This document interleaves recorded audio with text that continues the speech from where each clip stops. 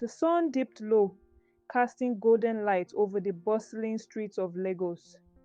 Inside a small but lively restaurant tucked between busy shops, a door creaked open.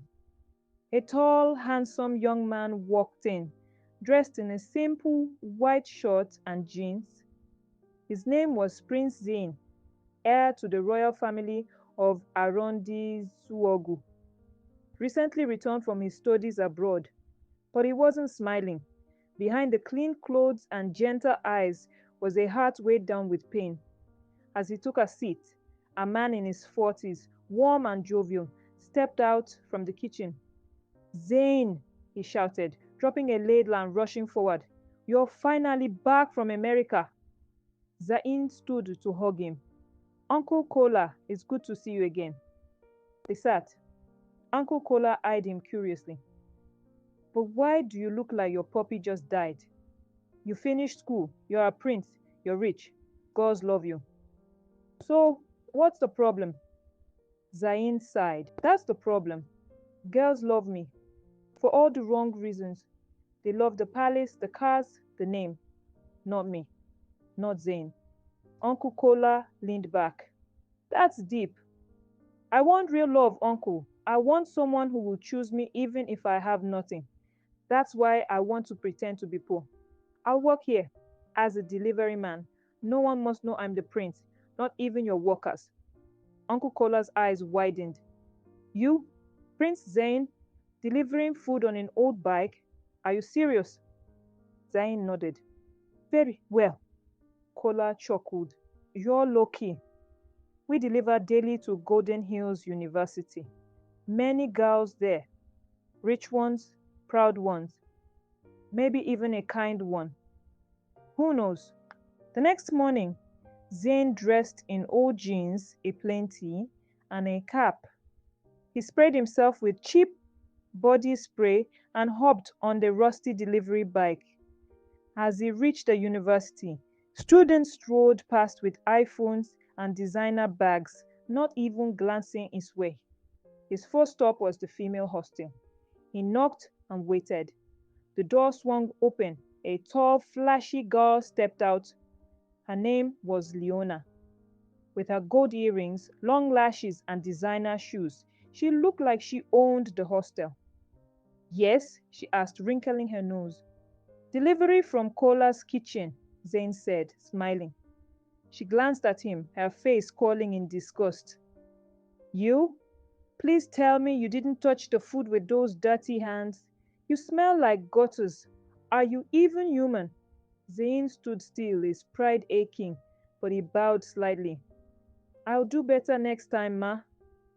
"You better," she hissed. "Poor people like you should learn hygiene." He turned, humiliated, and walked back to his bike.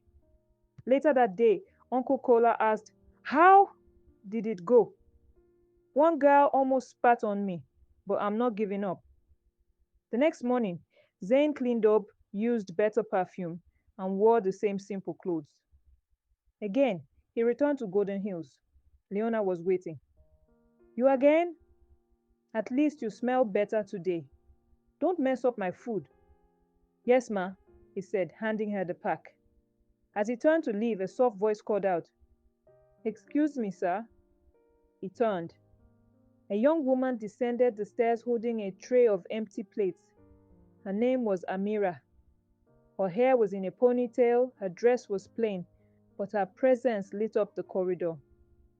"You dropped your pen," she said, handing it to him. Zane smiled. "Thank you. Are you the new delivery guy?" "Yes." "Kola's kitchen makes the best jollof rice. Thanks for bringing it every day. Most people don't say it, but I appreciate you." Zane's heart skipped. She said, "Thank you." "I'm Amirah. What's your name?" "Malik," he said, using his alias. "Nice to meet you, Malik." "You too." As she walked away, Zain watched her go, feeling something shift inside him. That night, he sat quietly. Uncle Kola raised a brow. "You're glowing." Zain grinned. "I met someone. Ready?" "What's her name?" "Amirah. She said thank you." She smiled. "She didn't look down on me." Uncle Kola chuckled. Sounds like trouble. Good, Zain said. The next day, as he made his deliveries, Amirah called out to him again. Hey, Malik. He turned, smiling. I was hoping to see you, she said. Would you walk with me later to the canteen? I don't like going alone. Zain blinked. Sure, I'd love to.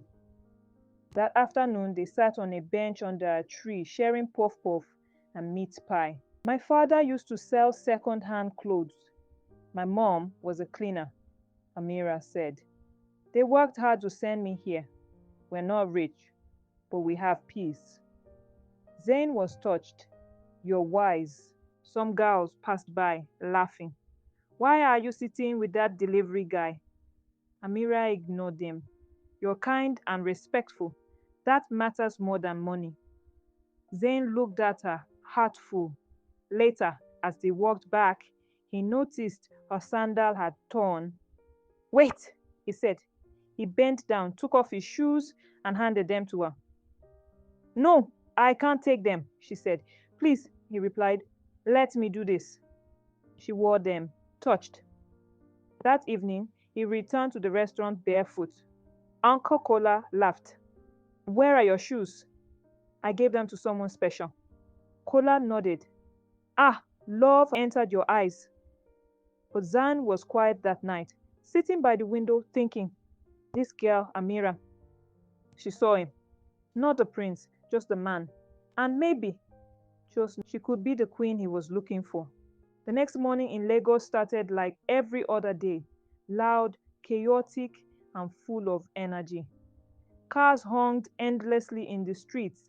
Hawkers called out, pure water, Kala, with full chests, and the sun blazed down as if trying to prove something.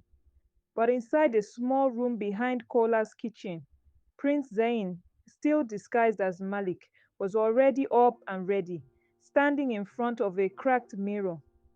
He adjusted his faded cap and smoothed down his wrinkled t-shirt. His jeans were dusty, his sneakers worn out, and yet he smiled. Not the fake smile he gave at royal banquets, a real one. The kind that starts in your chest and sneaks out without permission. Uncle Kola walked in, chuckling when he saw him. You're up early, lover boy. Zain turned, pretending to scowl. I'm going to work, uncle. You know, food, sweat, dignity. Dignity? Kola laughed. You? After giving your royal shoes to a girl? You're not just in love, you're finished. Zain rolled his eyes but couldn't help grinning. Something had changed. Something had started. And it had a name, Amirah.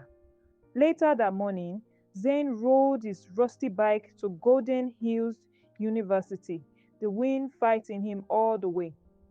When he reached the female hostel, he spotted her, Amirah. She was standing under a tree, holding a book and sipping zobo from a sachet. The sun lit her skin like honey, and her ponytail bounced slightly as she laughed with a friend. Then she saw him and waved. Malik, she called out. Zain smiled and parked the bike too quickly, nearly tipping it over. Amirah giggled. Are you always this clumsy, or is it just around me? Just you, he said without thinking, then immediately looked away, embarrassed. They both laughed awkwardly, the air thick with something soft and sweet.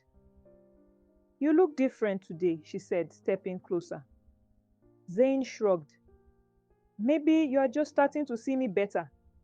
She smiled, a small one, but it hit him like thunder. Across the courtyard, hidden behind a cement pillar, Leona stood with her arms crossed. Her large sunglasses sat low on her nose as she chewed her gum slowly, eyes fixed on the pair. She narrowed her gaze and whispered to herself, that delivery boy is too fresh for someone poor. That smile, that's a rich boy's smile. She took out her phone and dialed. Tina, she said, follow that guy. Something's off. I can smell a big juicy secret. Back under the tree, Zain and Amirah were sitting side by side, sharing puff puff. This time, she had brought some for him too. I googled how to make it extra crispy, she said proudly. He took a bite and smiled. Crispy? Yes, but not as sweet as the one who made it. Amirah almost choked on her puff puff. Malik, where did that come from? You're suddenly poetic. He rubbed the back of his neck. Sorry, couldn't help it. She laughed and then went quiet. Can I ask you something serious? She said. Of course. What did you really want to be when you were younger? That question landed like a rock in his chest. Zain hesitated, looking away. I wanted to help people.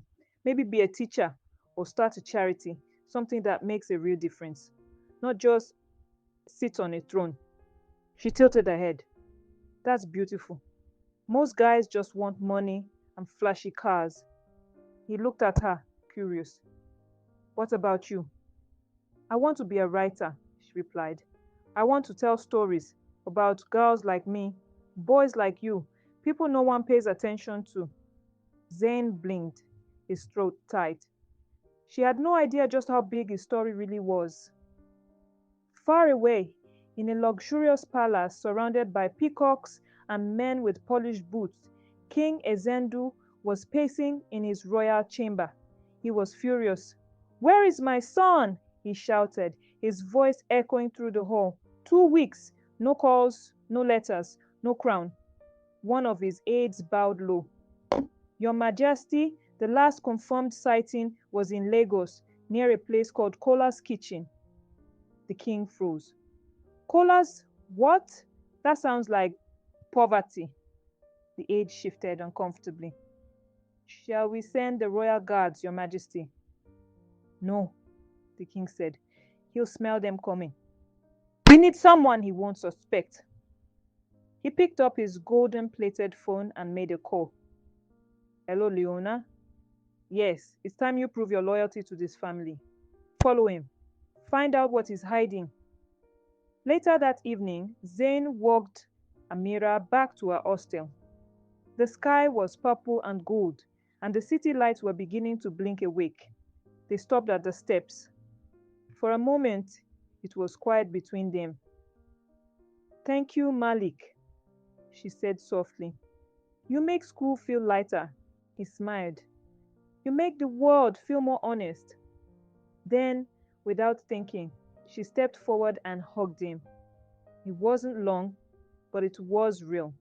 And Zayn, he didn't breathe the whole time. As she walked away, her hand brushed lightly against his. He watched her go, heart pounding like a drum in his chest. He turned back toward his bike, but something caught his eye. A black SUV parked by the gate. The windows were tinted. Inside, someone was watching. Zayn slowed down, eyes narrowing. He couldn't see the person's face, but his instincts told him something was off. He got on his bike and rode away slowly. Inside the car, Leona lowered her sunglasses and raised her phone. She snapped a photo of Zayn and smiled to herself. Oh, Malik, she whispered. Or should I say, Prince Zayn. The next morning, Zayn couldn't sit still. Something didn't feel right. Ever since he saw that black SUV watching him the day before, his heart hadn't rested. He had played the role of Malik, the delivery guy, for weeks now. But suddenly, the mask felt heavier. He kept thinking about Amirah, how she smiled at him, how she trusted him, how she looked at him like he was someone worth knowing. And yet, she didn't know who he truly was. A prince, a liar, a man who had fallen in love under pretenses. Back at the restaurant, Uncle Kola noticed his nervous pacing. What's bothering you, Prince Romeo? He asked, half joking. Zane ran a hand through his hair. Uncle, I think someone's onto me. I saw Leona's car again, the same one that was outside Amirah's hostel. I think she's watching me. Uncle Kola froze. So, the palace? Zain nodded slowly. It's only a matter of time before everything comes out. I should tell Amirah myself before someone else does. Uncle Kola sighed, wiping his hands on his apron. Then you better do it fast before it's too late. Zain stared out the window. I'll tell her today. No more hiding. But just as he was preparing to leave, things took a turn. At Golden Hills University, Amirah waited near their usual tree spot, holding a book and quietly sipping on a drink. She looked around for Malik, hoping to see his shy smile and hear his calm voice. When he finally arrived, she noticed something was different. His shoulders were tense, his eyes restless. Hey, she said gently. Are you okay? Zain nodded but looked troubled. Amirah, there's something important I need to tell you. Before he could go on, a sharp voice broke through the moment. Well, if it isn't our fake delivery boy. They both turned. Leona stood there, dressed in a fancy outfit, her phone in hand, and a smug smile on her face. She held up her screen for Amirah to see. It was a photo. Zain, dressed in traditional royal robes, standing beside a golden throne. Below the picture were the words, Prince Zain Ezendu of Arondizuogu. Amirah blinked at the photo. She looked from the screen to Zain, then back again. Her eyes were wide, confused. Is this some kind of joke? She asked. Zain sighed. Number? It's real. That's me. Leona laughed coldly. He's been lying to you since day one. His name isn't Malik. He's a prince, a royal, rich, famous, everything you're not. But he pretended to be poor to play hero. Amirah took a step back. Her voice was low. Why, Zain? Why would you lie like that? I didn't mean to, Zain said quickly. I wanted to know what it's like to be loved for who I am, not my title. I never expected to meet someone like you. But you lied to me, she said. Everything I thought I knew about you, it was all fake. No, he said, stepping forward. My feelings weren't fake. I never lied about how I felt. Leona smiled. It's always the poor girls who get fooled. Enjoy your heartbreak, Amirah. Amirah gave Zain one last look, her face filled with disappointment, then turned and walked away without another word. That night, the sky poured rain over Lagos. Zain sat alone in Kola's kitchen, soaked from head to toe, but he didn't care. Uncle Kola handed him a towel, but Zain didn't move. She didn't even let me explain, he mumbled. Uncle Kola sat beside him.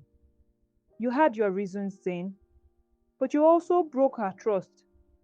She thought you were one of them, one of us. I never wanted to hurt her, but you did, Kola replied quietly. Now it's up to you to fix it, if you still can. Zain looked up. How do I start? By showing her the real you. No cap, no lies, just you. 2 nights later, the university auditorium was packed. It was Writers' Night, an event where students read poems and short stories they had written. Amirah stood backstage, heart racing. She hadn't planned to speak, but after everything that had happened, she needed to let it out somehow. Her piece wasn't a poem or a story, it was the truth. When her name was called, she walked up to the microphone, clutching her notes. She looked out at the crowd, then down at her words, then up again. There was once a girl, she began softly, who believed in quiet love.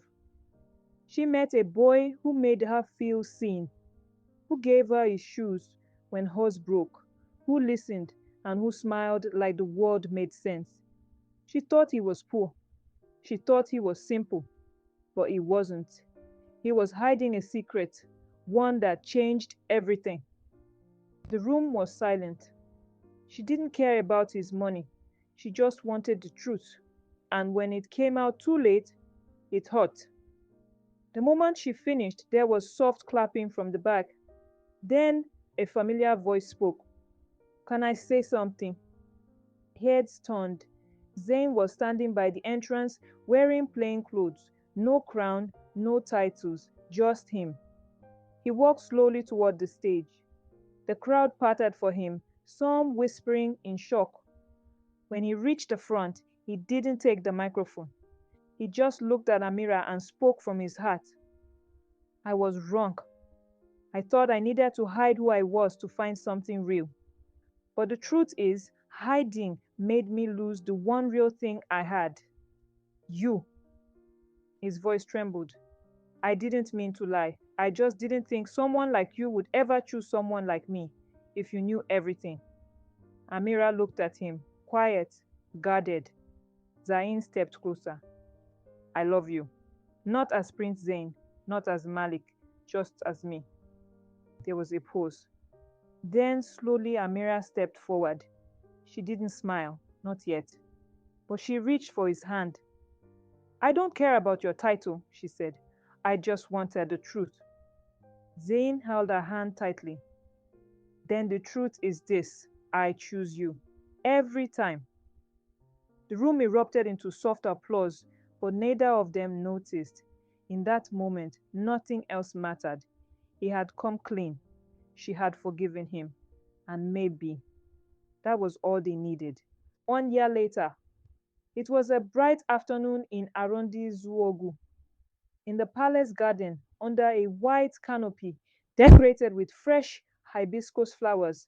Zain and Amirah stood side by side. Their wedding was small and simple, just close friends, family, and the people who mattered most to them. Amirah wore a beautiful white lace dress with coral beads in her hair. Zain stood beside her in traditional royal attire, but his smile was the same soft one he wore when he was just Malik the delivery guy. Uncle Kola sat in the front row, dabbing tears from his eyes. I told you, he whispered, grinning. Love no dey fear crown. Zain looked at Amirah and whispered, you still make the world feel honest. She smiled. And you still owe me puff puff. They laughed together as the priest began the vows.